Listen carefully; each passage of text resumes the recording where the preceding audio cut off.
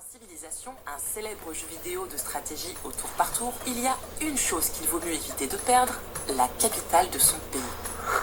Oh, moments before disaster, dude. 4 biremes around my capital. Et malheureusement, cela peut vite arriver si votre voisin est un peu trop belliqueux. Donc, il arrive parfois que le joueur transfère sa capitale pour la mettre à l'abri. Et dans la réalité, ça arrive aussi. Exemple avec la Birmanie, où la junte militaire trouvait que sa capitale, Rangoon, était particulièrement vulnérable au débarquement d'une armée ennemie. Alors, en 2005, ils ont créé une nouvelle capitale en pleine jungle.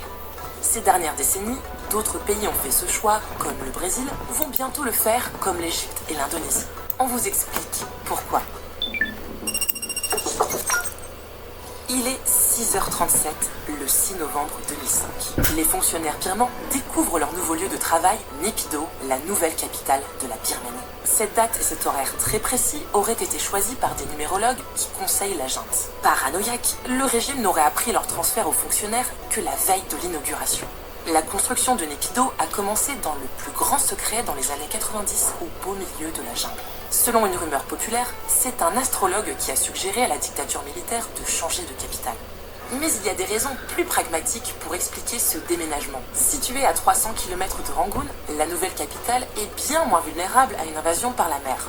La position centrale de Naypyidaw a un autre avantage, elle permet à l'armée birmane de renforcer son contrôle sur les zones où se concentrent les principales minorités ethniques du pays. La paranoïa de la junte, qui voit des ennemis partout, se ressent même dans la manière dont a été conçu Naypyidaw. Regardez ces bâtiments rutilants de l'Assemblée ou du palais présidentiel. Ils sont entourés de fossés. Partout, dans cette capitale qui fait 6 fois la taille de New York, on trouve des routes extrêmement larges, 2 fois 10 fois, parfaites pour le passage de colonnes blindées. Et les quartiers, ils sont isolés les uns des autres. Si l'un d'eux se révolte, il sera très facilement verrouillé par les militaires. Et il n'y a pas de centre-ville ou de place pour se rassembler. De toute façon, à part les fonctionnaires et les militaires, il n'y a pas vraiment de population à Naypyidaw, comme en témoignent ces artères désespérément vides. À 16 000 km de là, voici la nouvelle capitale la plus célèbre du XXe siècle, Brasilia.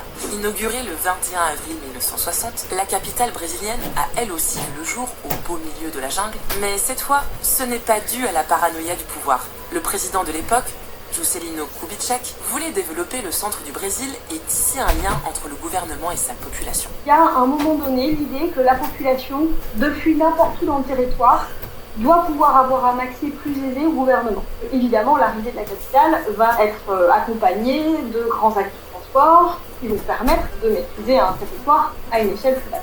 Autre objectif, rééquilibrer l'activité économique du pays, ultra dominée par Sao Paulo et Rio de Janeiro, la capitale de l'époque.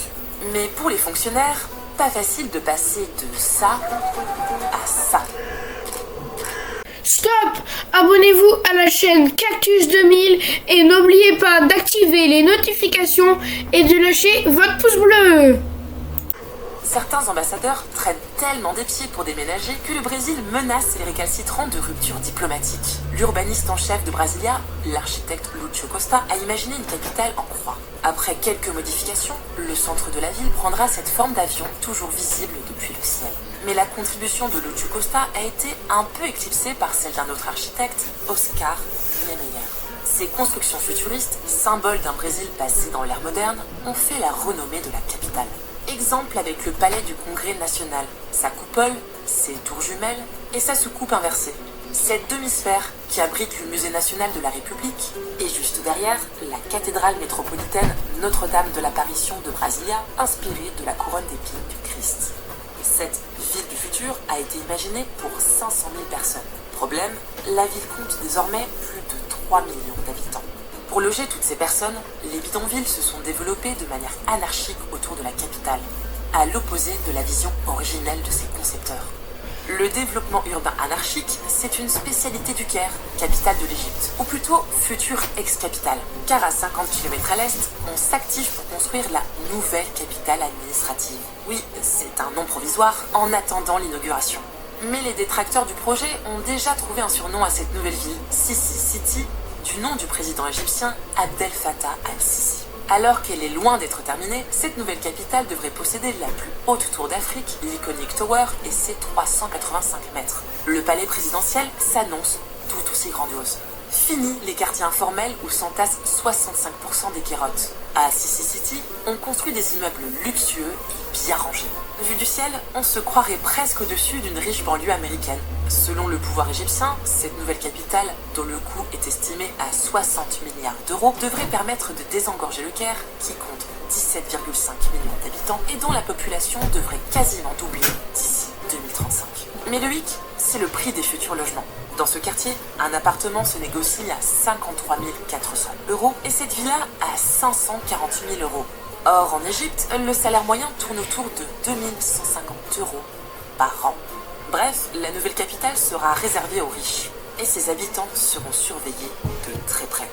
On est dans un contexte de fait à l'échelle mondiale d'essor de pouvoirs autoritaires qui ont besoin de la ville pour incarner leur pouvoir, mais qui ont besoin aussi de le sécuriser dans la ville. À cela s'ajoutent des capacités techniques maintenant de contrôle des populations grâce à la vidéosurveillance, grâce à la reconnaissance faciale. Donc cette capacité-là, elle est pensée dès le début. Plus de 6000 caméras de sécurité sont prévues dans la nouvelle capitale. Et comme à Naypyidaw, les routes sont larges pour permettre aux forces de sécurité de ne pas être bloquées par des manifestants. Et son tout nouveau ministère de la Défense sera le plus grand complexe militaire au monde, dépassant en taille le Pentagone. Bref, dans cette nouvelle capitale qui fera 7 fois la taille de Paris, tout est fait pour devenir une ville anti-révolte, à l'opposé de ce qu'a connu le Caire en 2011 lors de la révolution égyptienne. Bien loin du désert égyptien, une toute nouvelle capitale est en train de voir le jour dans la forêt indonésienne. Vous ne voyez rien? C'est normal. Les images disponibles sur Google Earth ne montrent pas encore l'avancée des travaux débutés en mars 2022. Mais c'est bien ici que Nusantara, la nouvelle capitale de l'Indonésie, sera installée. D'ailleurs, voici les images du futur palais présidentiel représentant un Garuda, l'oiseau emblème du pays. Le président de l'Indonésie, Joko Widodo, espère l'inaugurer en 2024. Mais pourquoi abandonner Jakarta, l'actuelle capitale du pays, située à 1500 km de là, sur l'île de Java? La raison est plutôt simple. Jakarta étouffe sous la pollution et la surpopulation. C'est l'une des villes les plus peuplées au monde, et selon les projections, elle pourrait prendre la première place d'ici 2035. Jakarta a un autre problème, la ville est surexposée aux catastrophes naturelles.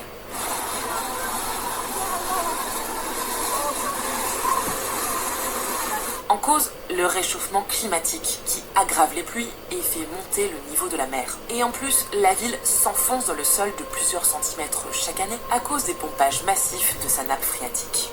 Au point que 20% de Jakarta se trouve déjà en dessous du niveau de la mer. Un chiffre qui pourrait doubler d'ici 2050. La situation est alarmante, mais en déménageant sa capitale, le pouvoir indonésien met un peu la poussière sous le tapis.